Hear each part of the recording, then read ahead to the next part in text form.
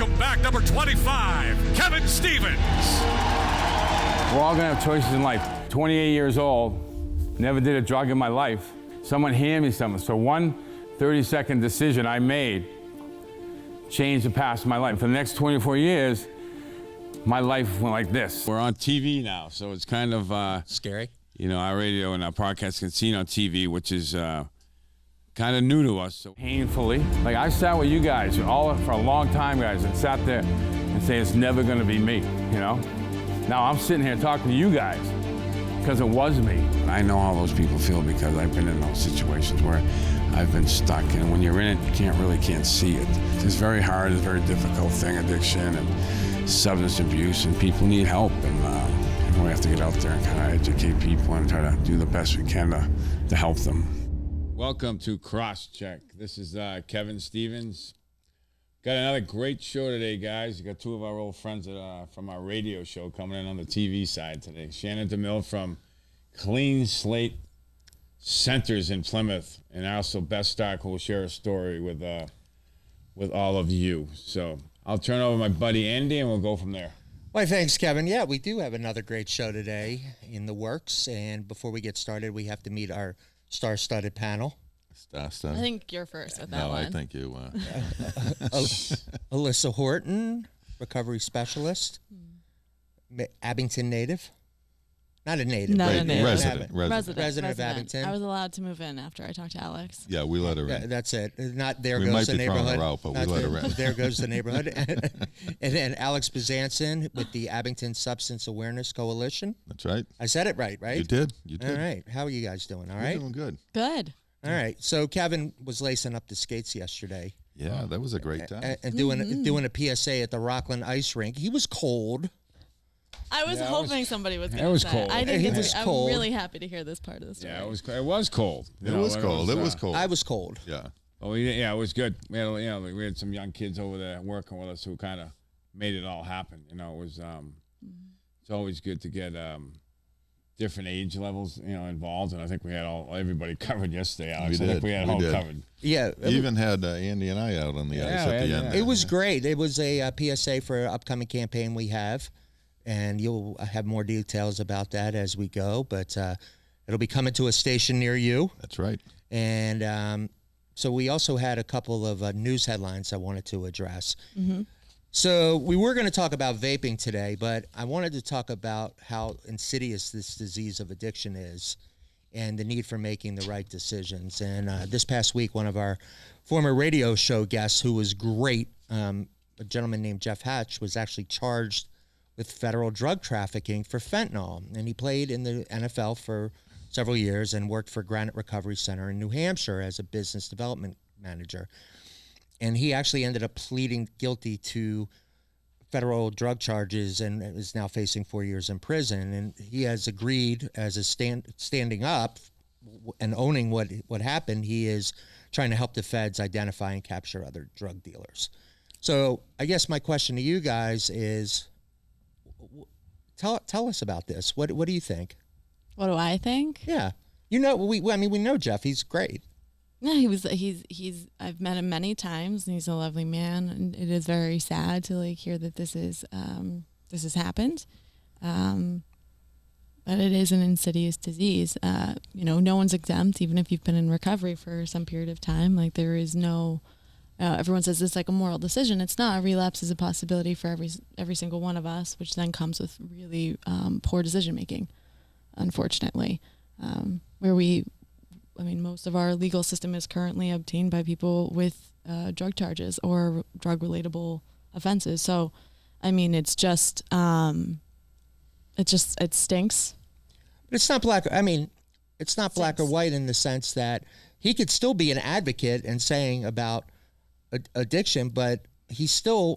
Unfortunately, when you get in that position, though, that's kind of that's why I commend Kev for speaking out, because even though there is a risk that he could relapse at some point, that's a very huge fall from grace. And unfortunately, in America, we do more.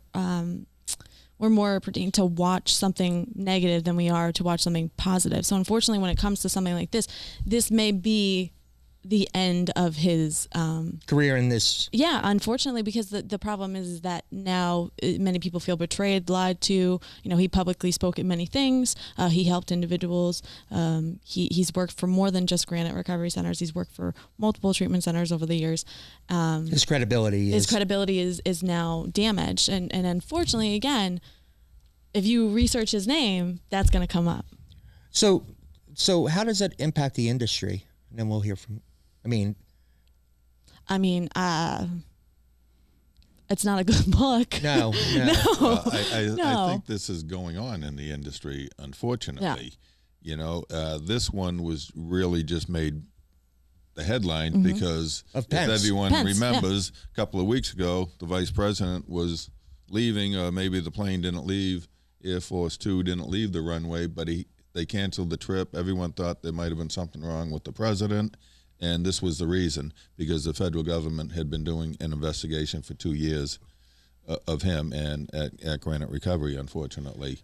And that's why the vice president didn't go up there that day.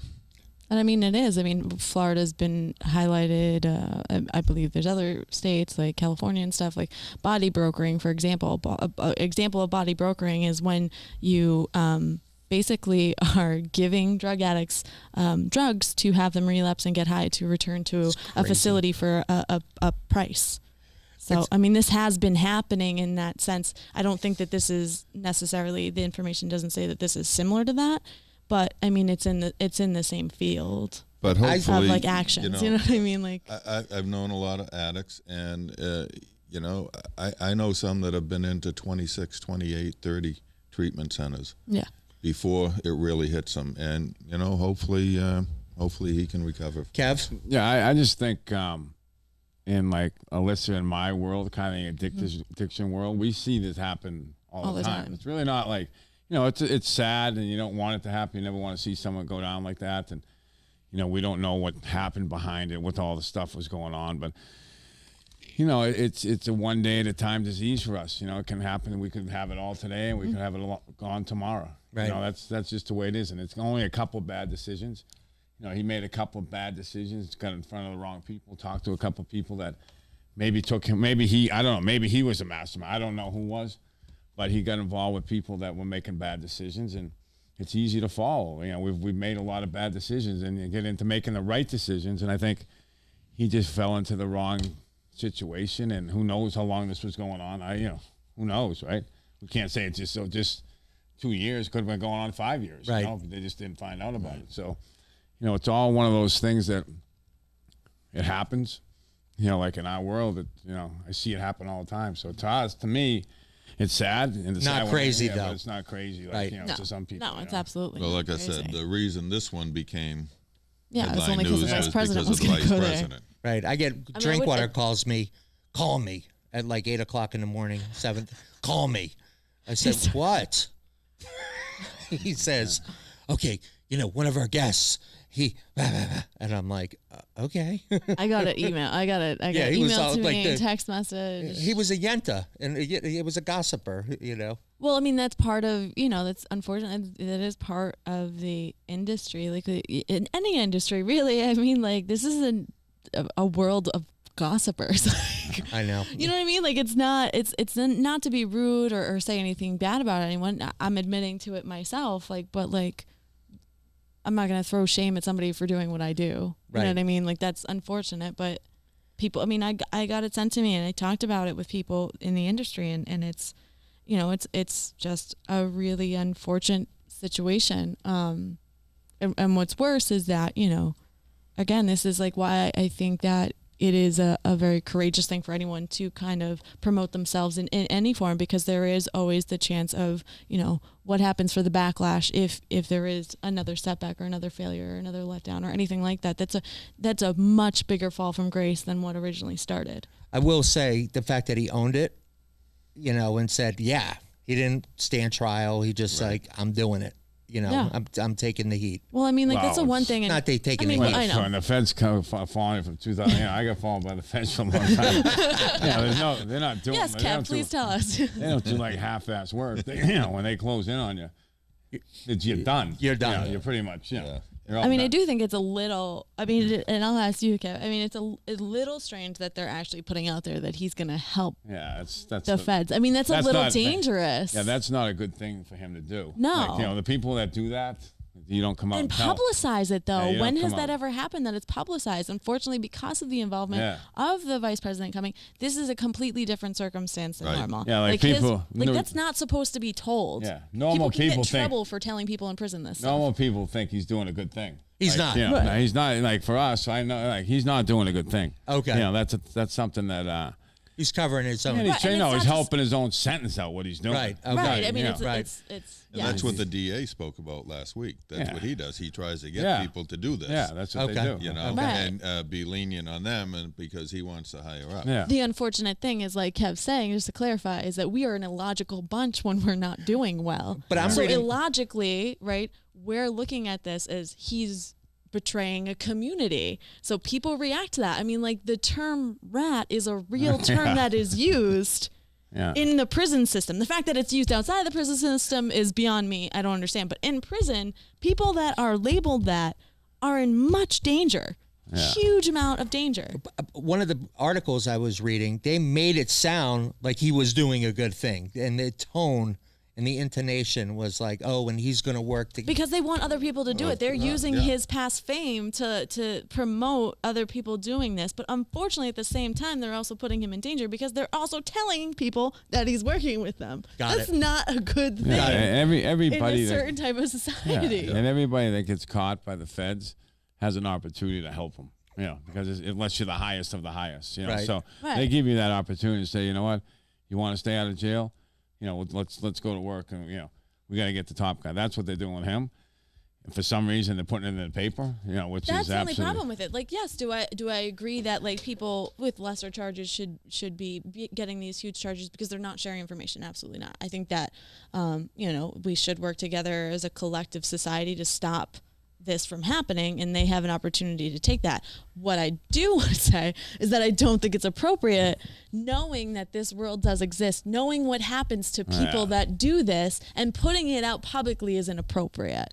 I am not disagreeing with the fact that people should take opportunities to help bring down organizations that are killing people in this country. But I do think that it's irresponsible for them to put it out there. Right. I mean, let alone, like, we're talking about, well, like, is he going to be a spokesperson later? He might not be alive. Right. That's the reality. This is the thing that they don't talk about. Like, they're like, we're trying to get people to turn on other people so that we can take this down. Now that you have publicized that, which I understand you have to do that, you need all of us to know that you're doing something, because we are screaming to hear what's happening. What are you doing to make this better? But at the same time, by saying that, anyone that gets a lesser sentence, whether it's based off, a failure for a warrant or any of these other things, no one's believing that, because, again, it's an illogical group of people. I've never seen you so wound up. This is right? I mean, well, I mean, it's a little bit of both. They're giving away him. Like, the only way they're gonna get these top dealers is he's gonna have to do some stuff.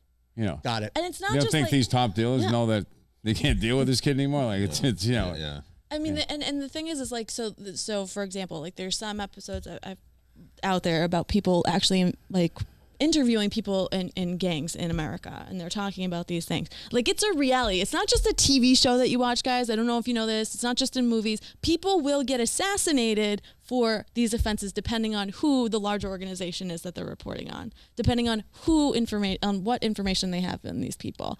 So, I mean, like, this is, like, we're all feeling bad. Some of us have an opinion that it's a good thing that he's helping. Some of us have an opinion that it might be a bad thing, or any of these things. In the reality and the facts of the situation, this person was put in danger because of this being leaked out into our community. Like, it's dangerous. And I mean, I'm not condoning what he's doing. I'm not condoning what he's doing. I have no opinion to share a part of any of that stuff. I'm just saying that I think this was poorly handled. And that's why I'm getting upset, because even though he has done something to our community, right, he's now a part of the problem, and that's now been put out there, that he contributed to that problem.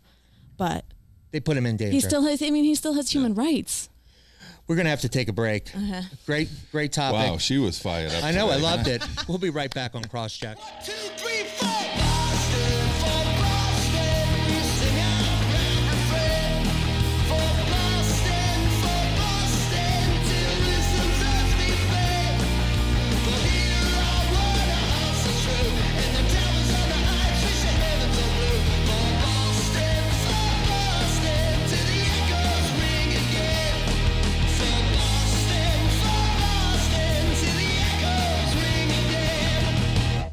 Welcome back to Crosscheck. Now it's time to meet our first guest. Hello. Okay, but of course we got to introduce Alyssa Horton. I mean, not introduce, but joining us as always. I've calmed down. I know. Good. That's because you had some sustenance. I had some caffeine. Thanks to and our sugar. friends at Martin's. Yes, Yeah. wonderful food. Wonderful food. And, of course, 2-time Stanley Cup champion. The frigid, the cold Kevin Stevens. Good now. Who also had a cookie, so he has a little bit of a sugar rush. He's in a be better okay. mood, right? Yeah. Yep. So joining us now is our friend from our radio show, Yeah. our previous radio show. Now we're back on the radio again. Yes. Which we'll talk about. Okay. Beth Stark. Beth is an advocate around mental health and is committed to bringing more awareness to postpartum depression, which affects 1 in 8 women. Mm-hmm. And according to the American Psychology Association, Beth is in recovery from her struggles with alcohol. She is an open and honest person with her story. Welcome back to Crosscheck, Goose Mom. Thanks for having me. Absolutely. So, Kev's gonna. Goose Mom, huh? Wow. That's a nice one, Andy. That's a good one. Yeah, she's the Goose Mom. Yeah. Well, welcome, Beth. Thanks for coming on here. But, Thank you for having me. Why don't you tell our followers or listeners or people watching kind of your story? Tell us about where you came from, what you're doing now, and how it all happened. Sure. Sure. You don't have to go crazy. So I grew up in a small town outside of Boston. Really nice community. I don't really know how else to say.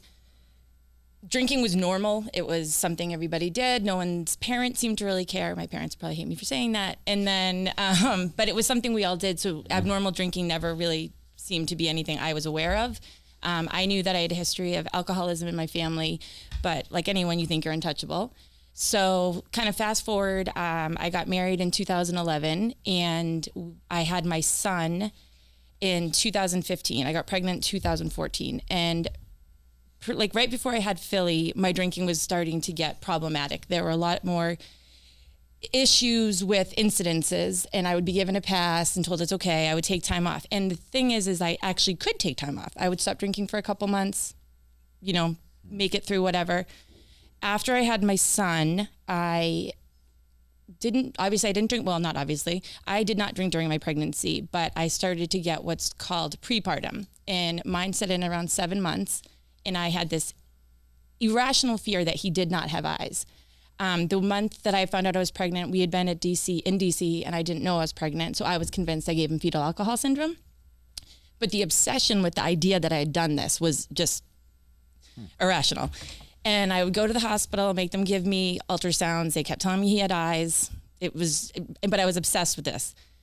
I gave birth. They decided, they were like, we should probably start treating you for postpartum. I was fine. He was born July 8th, 2015. He is awesome. And then towards the end of August, I started to get what I now know as postpartum. According to Lifetime movies, I didn't have it because I didn't want to drown my baby. I loved my baby. I love my baby now. But my drinking became really crazy in the sense that I was using it as a coping mechanism. And I had no idea that what I was feeling was abnormal. I went to a postpartum group at an organization in Waltham, and no one was talking about how terrible they felt. It was crazy. I was sitting in this room with all these women, and none of them were saying they were like overly sad or didn't feel like themselves. Everyone was like, "Oh, the stress of the baby," and I was like, I know the stress of the baby, but like I'm losing my mind. And very sadly, my drinking was awful, and my ex-husband and I split up that March. From March of 2016 to September 2016, I was in the midst of insanity. When you were talking about how insidious this disease is, I had a major suicide attempt in April 2016. My son we went to family court. I had supervised visits with him, and I could not wrap my head around the fact that I was a bad mom. And I wasn't a bad mom. I was a sick mom. But everyone thought I was a bad mom. And so I had a major suicide attempt after that. The visits were even more supervised. They were kind of sporadic. It was not my choosing. It wasn't at a facility. It was with a family member. And I just was out to lunch the whole summer. There's not a part of me that can connect emotionally with that summer. So after a big error on my part, I went to rehab. Loved rehab. I thought it was the greatest. Why? I had a supervised visit and I had a mixed drink in my bag. At this point, there was always mixed drinks around me. And because I would go see my son, and where I was seeing him was with a former in-law, and I was walking back into an old life that wasn't mine anymore. And when people talk about grief and loss and divorce, I think big losses are obviously people think of like a death in the family or something. Losing my marriage was devastating to me. Devastating. Like, everyone would say, well, you have this healthy baby. Like, your brain is not going in any direction that it should be. So I went to rehab. I got myself together, got everything back. And that following March 2017, I had a relapse, which, talk about humiliating. I had been so proud of my sobriety, and I had it and I owned it. I don't know who I thought I was. And there was a medication switch on my end. When after my suicide attempt, I was diagnosed as bipolar, and I didn't take that seriously. Like, I didn't take that seriously at all. I was like, whatever. And then, so when they switched my medication in March, it triggered something in me, made me manic, and I decided to just give it all back, apparently. Not consciously. And the fight to get Philly, my son, to get Philly back was a much, much harder battle. And it was embarrassing. Like, there is no humiliation that I've ever known than not having your child with you. But your ex-husband has been very... He is... I really can't say enough good things about him now. It was difficult. You know, we had a lot of patches that were really difficult and hard, and we worked with a third party. We worked with a parenting coordinator, and if anyone out there is looking for a more affordable way to deal with your custody issues, this woman saved our relationship, and now we really do co-parent phenomenally. Like, he got remarried in April. I'm very happy for him. He's happy. Our son was really sick in April and May. We were at the hospital together. We were like, it's funny. Not a lot of people, but people will pass like, if there was an award for co-parenting, you'd win it. And I literally drove that man crazy, like crazy. And I still feel awful about it, but. So you have a kinship with the Goose. Yes. So tell us about the Goose. I love this story. So in 2017, after my relapse, yes, I went back to work at daycare in Waltham, and there's a pond right there. And every spring we see families of geese, and they give birth to goslings, and it's adorable to watch. And we have the kids. We did have the kids all watch it. It's so fun to see. And at the time, I was in the midst of trying to fight for custody. I had very limited time with my son. I wasn't allowed to drive a car with him. I couldn't do anything motherly with him without someone watching me. And at 30, I don't know, almost like 38, 39. And that was just, it's humiliating. And to try to work on the connection with him and getting sober and like trying to do it every day was crazy. So I was very much like, Beth, I'm fine, Starck. Like, I can do this. Okay, so just keep your head down, go straight. Like, do what my lawyer says, whatever she says. So one day I'm leaving work, and there was one goose, and she was limping. And I say it to she because it was the mom. And she was all by herself. And these geese never are not in a pack. Mm-hmm. Like, they go everywhere together. And I swear to God, we could find the little cousin families, and she was all by herself. And I pulled my car over and followed her. And I was trying to help her, and she was hissing at me and was very, very mad. And I started crying, like the most cathartic tears. And I was like, oh my God, I get her. And it was weird because I don't know that I'd been through the journey of getting sober and taking my mental health seriously. I don't know how many actual connections I was able to make. Like, I made some really amazing friends. I have amazing friends. I have a wonderful family. But there was a part of me that was legitimately dead, I feel like. And then all of a sudden I see this goose, and all I want to do is help her. So I'd follow her around. I'd throw crackers at her. She'd hiss at me.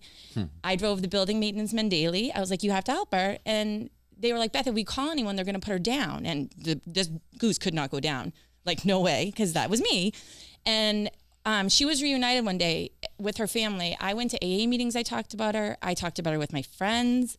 It really was the strangest thing. And I think part of me, she kind of healed me and showed me that, like, moms get sick, because like moms aren't supposed to get sick. Right. And if I I'm not comparing the two, so please understand that. But if I had cancer, it would have been different. Like to say, well, she's bipolar and she's an alcoholic. People didn't want to bring me a casserole. Like I wasn't going to get a casserole, no. And that's okay. That's okay. But I mean, what do you? It's not. I mean, it's we were talking a little bit before this, and my hat is off to you that you publicly speak about this. I mean, I am not a mother, but like I have a lot of friends who are, and to me, they're my heroes. Like honestly, like my mom had no problem being, she might kill me for this, but I don't think so. She's kind of an open book. But she was in therapy, right? She went through a divorce. She had to raise me more so on her own than anything. My father did the best he could, but she was a primary caregiver, and she did not. She's very open that she didn't do everything right, and she would tell people that. Like she had no problem, and there was no backlash for that. But like if she had been any sicker, people would have judged her, and that upsets me. Like if somebody had upset my mom because she was like me and had a substance abuse issue, and judged her for being anything less than my mother, who is a human being first and foremost. Right. Sorry, right, but like you're a human being first and foremost. Giving birth to a child makes you a label of a mother. You are a mother, but you're still a human being. Kev? Yeah, I think it's just amazing where you go, because it's not all just about addiction. It's not you just didn't have the one problem of addiction. You tell the postpartum stuff, which obviously we don't know how that feels. We don't even know what it can feel, but we know how strong addiction is, right? And how strong that pull is, because I had 3 beautiful kids, and it didn't matter. And when I'm stuck in addiction, I'm stuck in addiction. And that's we understand that part of it. Sometimes real people don't understand why how you can do this. But we understand that, and I think to where you are now, it's what you went through to get where you got now, and why don't you tell us a little bit what you're doing now, because that's a little more positive than So I got probably less than 2 years ago, I read an article about a mom that lit herself on fire. She had a particular form of bipolar that was misdiagnosed, and the state took her baby away. And someone had posted on Facebook, and I read the article, and I was like, I get her, because standing up to what people say about you, God knows what has been said about me. It's fine. But it's really daunting. And I decided to come out and say I was bipolar. And I've been talking about how I was in recovery. I was sober as an alcoholic, because I thought, and actually under the guise of my lawyer, she was like, keep a little chart of yourself. So I did. And I was worried about the feedback. And then through that, I got linked to this site, thisismybrave.com, or thisismybrave.org. They're an organization based out of Washington, D.C., and their whole platform is breaking the stigma around mental illness and addiction. So I looked up to see what it was all about, and they had auditions for a show in Concord, New Hampshire this year. I wrote an essay, so scared, went up, read it, and I got picked. And it's one of my proudest moments. Like, besides saying, now when my son sees me, he loves me and hugs me and kisses me, and like I've done important things in my life, but this really felt really important, because I wanted other people to know it's okay, and no one should look at you differently because you're suffering or struggling. And it's been such an experience. And the woman who started is this amazing woman, Jen Marshall, who I think is like a celebrity. She'd kill me for saying that. But and the people then you become part of their family, and you get to just meet all these interesting people. And there's so many people that have stories that are so much, in my opinion, almost harder than mine. And then you're just like, but you get up every day and you do it. And it's just awesome. I don't know. I love it. I love it. So then I'm also trying to get out more and speak on this, because I think there's a lot of people that have postpartum believe it to be like the Lifetime movies. It's not.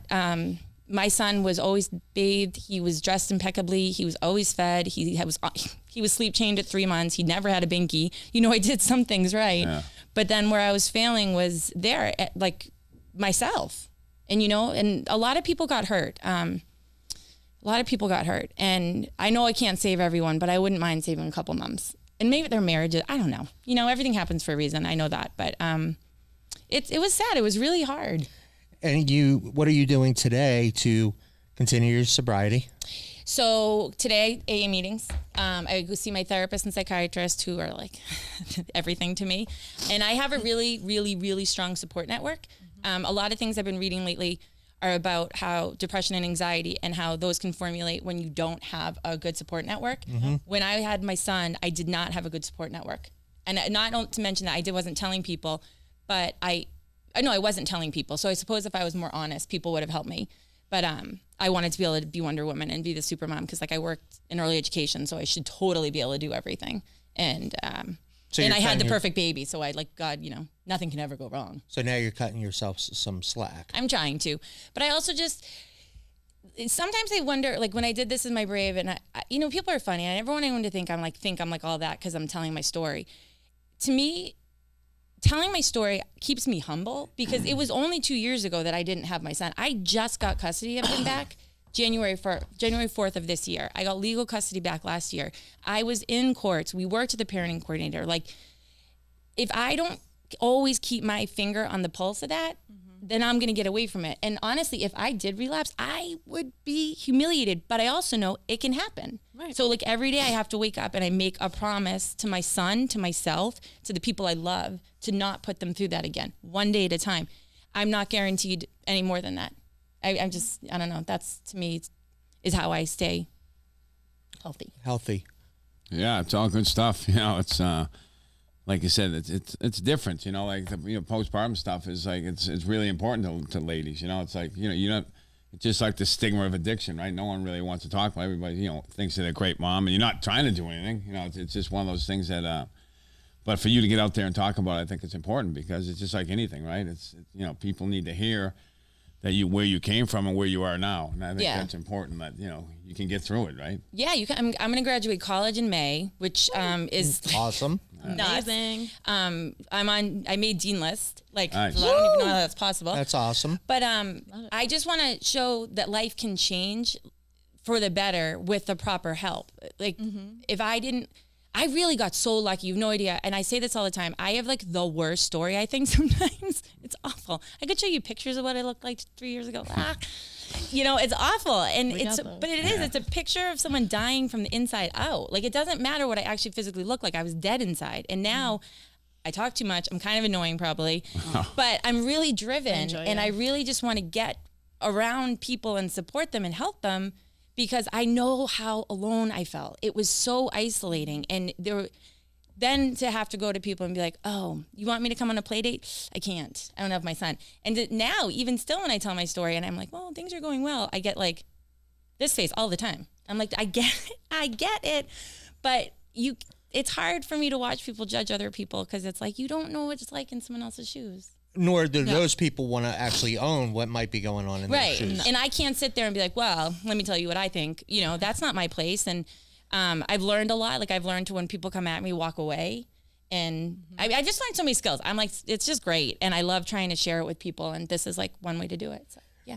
You are amazing. For women who may be interested in learning more about postpartum depression, is there a place that people can go? Well, one of the best websites is Mass General Hospital, to be honest with you. They're always running studies, and they have one on postpartum psychosis right now. It's like a 20-year study. It's a little bit different than postpartum, but it's, and they actually, Mass General goes more into not just like the baby blues, which everyone gets. It feels like a lot of people get diagnosed 2 to 3 weeks. Postpartum usually is like a longer period of time. And so MGH is great. And then thisismybrave.org is amazing. And I really, there are more articles on it than people would think. There's a ton more, but it's very under-researced at the same time. If you would, give your Twitter handle or your Instagram. Oh, yeah. So Instagram is polarized_Goose Mom. My Twitter, which I'm really bad at, is at Beth Stark. Starck, and that's my Facebook too. So if somebody wants to reach out to you. And I if someone knows how to do Squarespace, I'd love the help because I don't know how to do my website. It's sitting there, and I have all of it up there, and I can't. And I have 2 brothers that are computer programmers that you think would help. Give you some love, right? Yeah, shame on you guys. Shame on them. We're going to shame them with you. Thank you, my friend, for coming back You're on. welcome. It was really quick and painless, right? It wasn't. You did amazing. Yeah, great. Thanks. She was Yeah, anxious. awesome. She's awesome. I know. We love Beth. She's Thank good. you very much. Thank you. This was great. Thank you so much. Thank you. We'll be right back on Crosscheck. 1, 2, 3, 4. Boston, for Boston, we sing out round and free. For Boston, till wisdom's earthly flame. For here our word our hearts are true, and the towers on the heights we say heavens are blue. For Boston, to the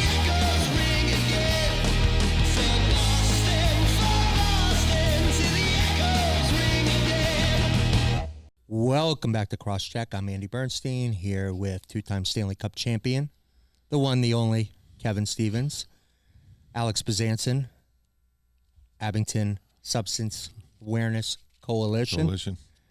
Abington businessman. Great American. Great American, okay. And joining us is another friend of the radio show. Absolutely. Absolutely. How about this setup, right? It's beautiful. I know, My right? first Nice, time here. I'm super excited. Right? We got a brick wall and everything. I know. Right? The great Shannon DeMille from Clean Slate Centers in Plymouth. She is the manager.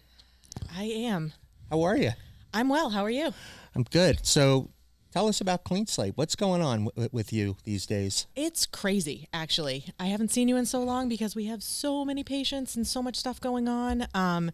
So Clean Slate Centers is an outpatient addiction treatment center. We treat with Suboxone and Vivitrol. We treat opiates with Suboxone. You can also treat alcoholism with Vivitrol. We have about 17 centers in the state, and we're just opening and growing rapidly. We're trying to hit the hardest places right now. Indiana, Pennsylvania. We're in Florida. We're all the way across in Phoenix, Arizona.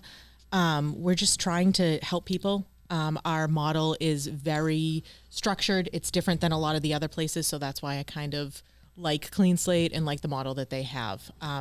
We, hold people accountable. We make sure that they come in for appointments, and we help them. We provide so many more services than other doctors' offices do. Right. We provide care coordination. So anything that you need, we all have care coordinators on staff. How many locations are in Massachusetts? 17.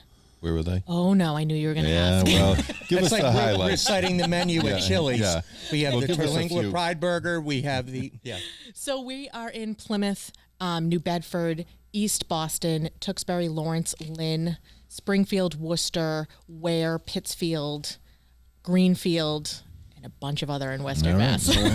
So what is the if someone want to get involved with someone want to participate in Clean Slate, how would they go about doing that now? So the cool thing about Clean Slate and doing the outpatient addiction treatment center is that you do not have to go through detox. You do not have to. Obviously the 3 to 5 days, but beds are hard to find. We all know that. So you can call any of our centers. I can give the Plymouth Center, and we can route you to whatever center you would want. That number would be 508-503-5020. And really just make sure we take most insurances, most Mass Health brands, Nice. most commercial. Commercial plans are a little bit more difficult because it depends on your deductible and your, copay. So it can get a little pricey. But we're here to help. We're here to help with anything that we can help with. So Clean Slate Centers. So let's back up for a second.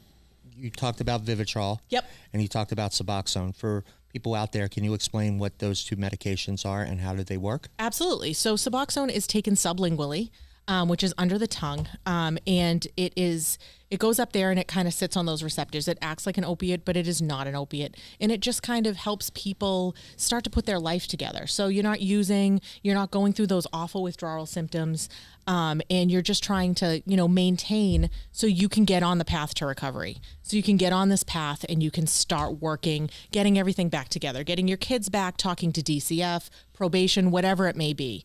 And then over the course of time, and again, whatever the patient wants, we make a treatment plan for the patient. There is no time frame. So how long are most people on it, though? I cannot really give you an action. Some people come in and they are dedicated and they want to be off in 6 to 8 months. We don't really recommend that, but we'll help them do it safely and appropriately. Some people want to stay longer. They want to be on it for years. We'll taper people down. A lot of people, when they start tapering, it gets scary. It becomes a ritual. It becomes part of their life. This is what I do. Taking this last part of it away is scary. A lot of people start kind of like, whether it be mentally or whatnot, kind of depending on it. Well, I wake up and I take my Suboxone and I function well. I'm not messing with any of my life because right now it's functioning well. We do offer groups for help for people with tapering or help with anything else that patients might need.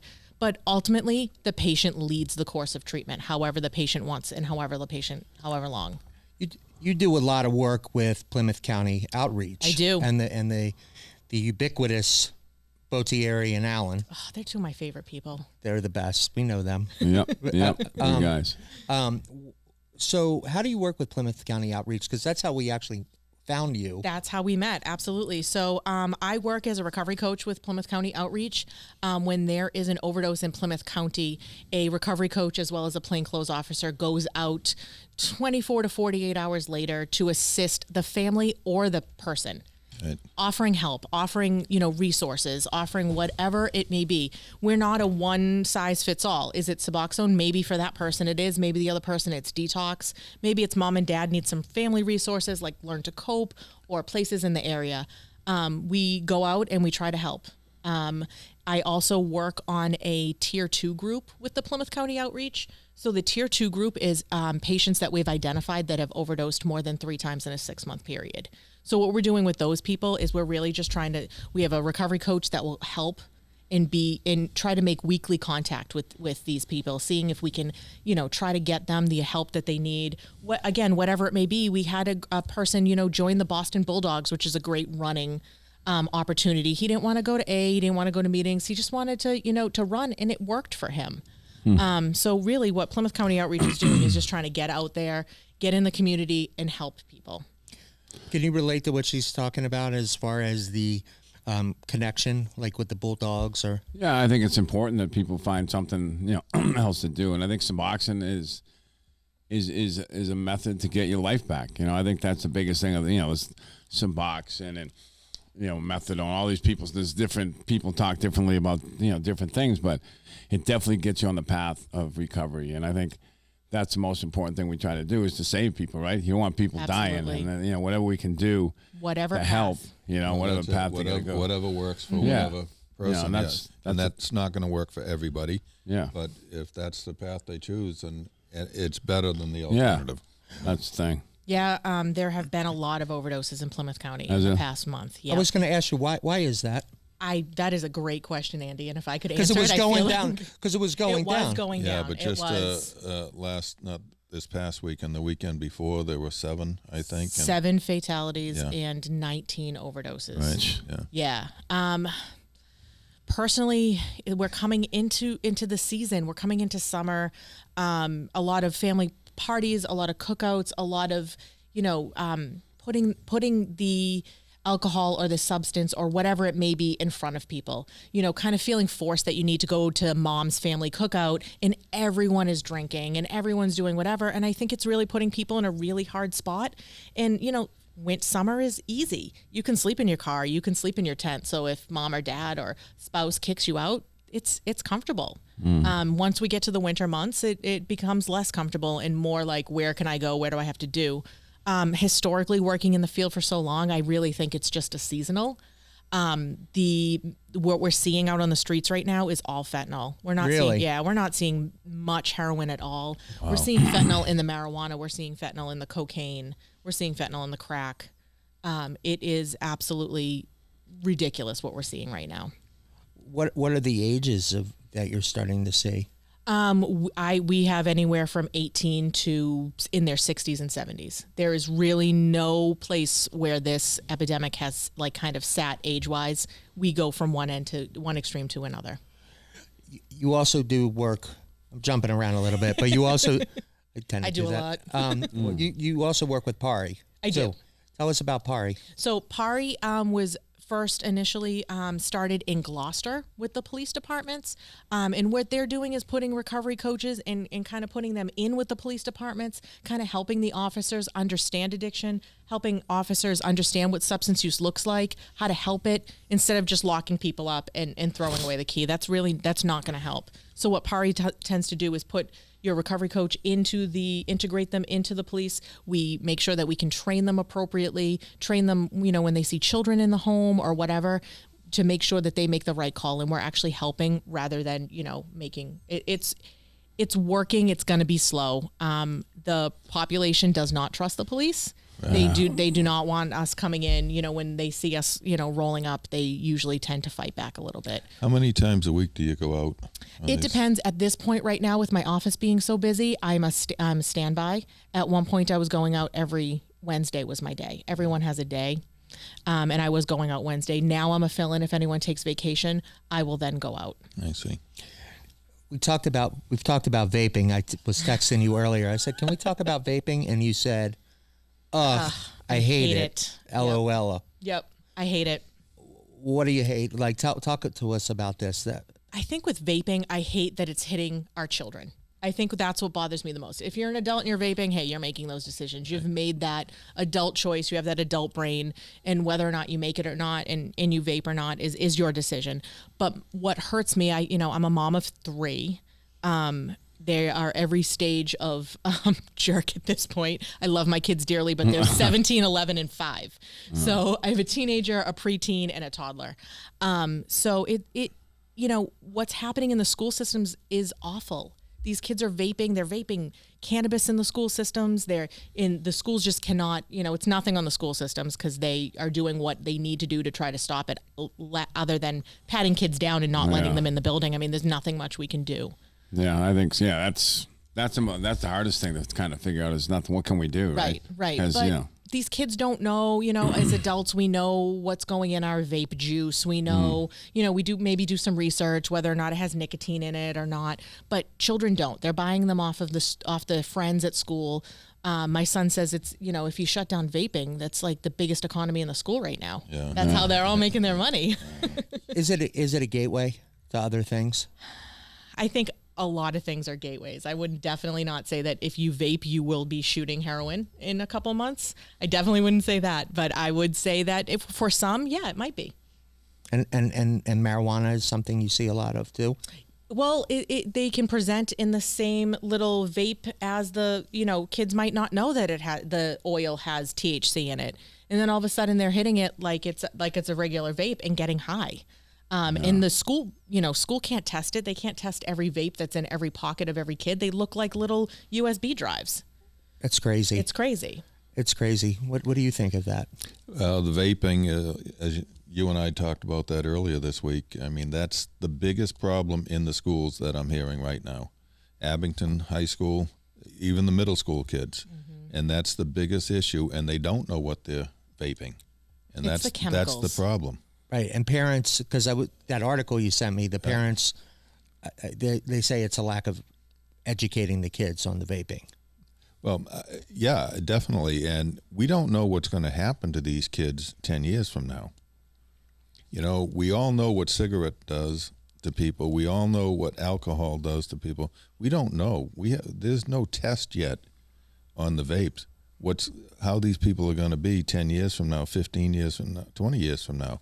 If you smoke, in 40 years, a good chance you could get cancer. Right. We have no idea the effects of the vaping because there's so many different chemicals they're putting into it. And that's the scary part. So tell us where people can get in contact with Clean Slate. So you can go on our Facebook page. It's www.cleanslatecenters.com. I can give you the phone number for the Plymouth office, and we can direct you to wherever you need to be, 508-503-5020. And what messages would you have for parents out there? Can you give, as a parent, because you've been on our show before, and I have lots of messages. Oh, I know, and you're very you're very reserved, and you don't say much. Now's your chance. I'm kidding. I'm kidding. For parents, it's more get involved with your kids. Talk to your children. Make sure they understand what's going on, what they're putting in their bodies. We don't have to just talk about, don't shoot heroin. Of course, we need to let's make healthy decisions. Right. Let's, make sure that, with your kids, if they're older and they're going out, and I encourage them to go out, you create a safe word for them. So if they call you or they need you, they can say, I was talking to a mother yesterday and their code word is, I need a Whopper. And if her son calls and says, I need a Whopper, that means I need to get out. Healthy decisions, making sure that they're safe. If they don't feel comfortable, making sure that they can call you and you will come get them. No questions asked. I read another story this week where the kids had a text that they would send a certain word to the parents in text, and the parents would call them and say, you need to come home or whatever. Yep. So there are ways to do that, and more parents should be doing that. Absolutely. Or teaching your kids, for example, my 17-year-old, when we talked about drugs, and of course, they are going to be presented to him. He's 17 years old. Right. I mean, there's nothing I can do about that. But maybe saying, instead of going, no, I don't want it, say, oh, dude, my employer, drug tests. I'll lose my job if I touch that. I can't touch it. Instead of saying no, kind of giving them other examples. Yes. Absolutely. Because it's embarrassing to say no. You want to impress your friends. You're 17. This is a great idea. We've all been there. So maybe giving them more tools in their toolbox to be able to say no and not be the odd kid out that everyone's like, oh, he doesn't want to do that. It's not okay. We need to make sure that we give our kids everything that they need and that we're open and they can come speak to us. My kids know they can talk to me about anything. Right. You also, and my final question to you is, you also do stuff with the drop-in centers too. I do. I sit on the board of PCO Hope. Yep. We run 2 drop-in centers, one in East Bridgewater and one in Plymouth. Right now, we're kind of on a summer schedule. As with the censuses and a lot of the addiction field, we're seeing a huge drop. So right now, we're doing it once a month. We've kind of taken it back a little bit. A lot of things are opening up to be able to help people with recovery centers in the area. So we're seeing less foot traffic. So we're trying to come up with different ways that we can help people. Maybe do a pop-up drop-in center. We did one last night where a church in Kingston wanted us to come in. They did all of the hard part of posting on Facebook and kind of getting people in. And we just came and sat up and educated people the best we could. And they can find that on PCO. PCO Hope. Yep. You're so busy. I know. Tell me about it. My family is so excited to see me when I finally walk in the door at 9 p.m. Right? I know. You're so, and even on vacation, you're like, I'm on vacation. I shut my phone off this vacation for the first time ever. I was so proud of myself. You're the best.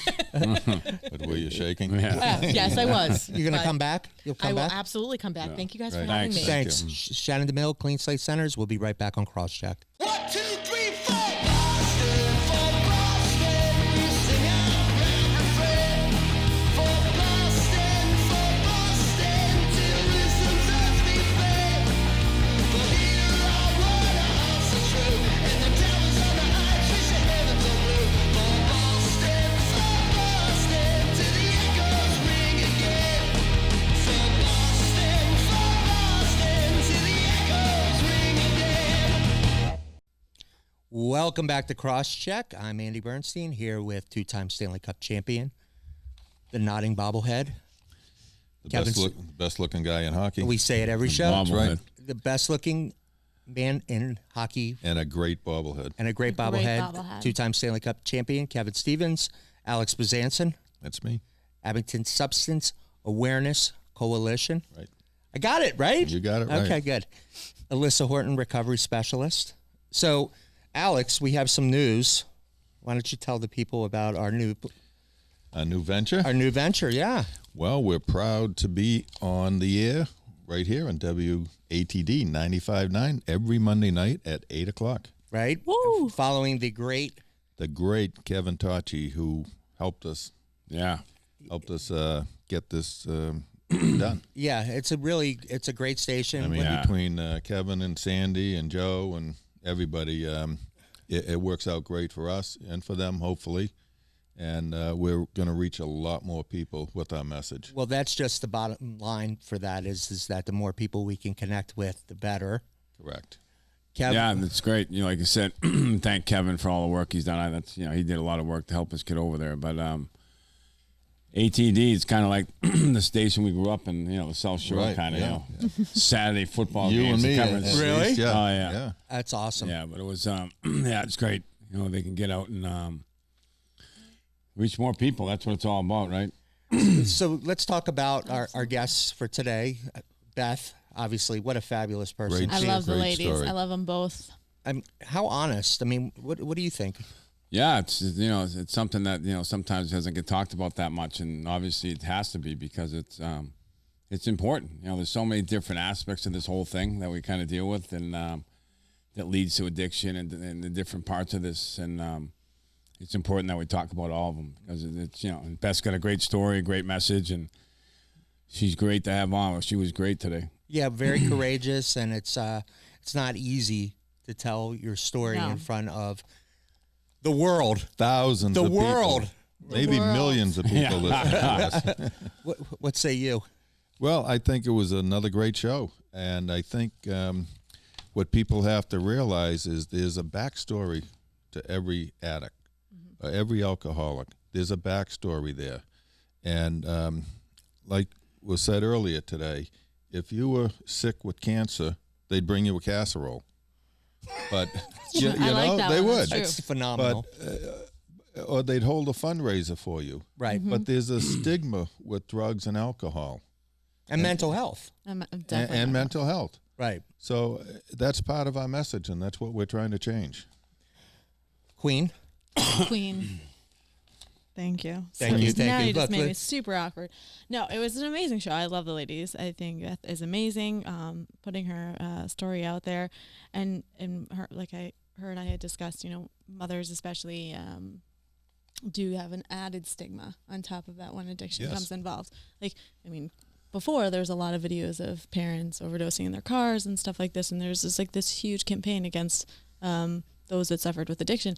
So for her to speak out is just absolutely, I think she's a hero. I know she's going to deny that because she's extremely humble, but she is, because I know from working in the field that women are much less likely to have help or to go for help because they do have a sense of the fact that they have to run the house. And now that we have, you know, women have fought for equal rights, now we're also having careers while raising families, while doing all of this stuff. So we can't fail. Right. We fought a lot to be able to have that, so we can't fail. And it's not a failure. It's not a failure. And the but stigma still is, I think, Yeah. to some degree. Oh, yeah, the guys, they go out drinking, and, so what, he drinks too much. Right. But a woman isn't treated the same way. No, and it's proved, like, there's definitely studies out there that women are actually, there's a lot more women out there that are suffering from addiction that are not getting help. Like, you'll go into a treatment center anywhere, and it's primarily the ratio will be highly men. Right. Always. I've only once or twice in my entire 9 years of working in the field have I seen it. Twice, for maybe a week long, there was more women. That's it. And that's And what that's a not former alarming to guest was people, you saying know? too, from Brady's Landing. Yeah. Kimberly, I mean, that's the problem. The women aren't treated the same, and they Mm-hmm. don't have the same facilities. Right. There Or needs to be more facilities for women. Absolutely. 100%. So take us out with some hope. Some hope, you know. It's there's a lot of hope. We heard a lot of hope today. Obviously, with Shannon here too. There's a lot of different, Best. a lot of help in a lot of different ways, and I think that's the biggest thing. And the biggest thing you can do is, you have to make that call. You have to make the first step. Like we can sit here and talk all we want to blue in the face, but you really have to make that call, and that's the most important thing is surrender. Right? We all have to surrender to this thing at one point, and try to live a life that we want to live. We're stuck. If you're stuck and if you need help, call us, powerforward25.com. Come out and look. And I even know our website, which is right. What's happening? Stunned. which is amazing. Stunned. The cookies are kicking in. Stunned. The But, contact us page. But Yeah, reach out to us. Yeah, and we reach can out help. because that's We love it. that's the hardest thing to do is that first call. Once you make that first call, everything can fall into place. But you gotta make the call. You can also call SAMHSA, which is the Substance Abuse Mental Health Services Administration, at 1-800-662-HELP. That's 1-800-662-HELP. And that's our show for the week. And please visit our website, powerforward25.com/crosscheck. And we're on Twitter, Facebook, You have a Twitter YouTube, account? YouTube, iTunes, and is now WATD. Have a great week, everybody. Thanks.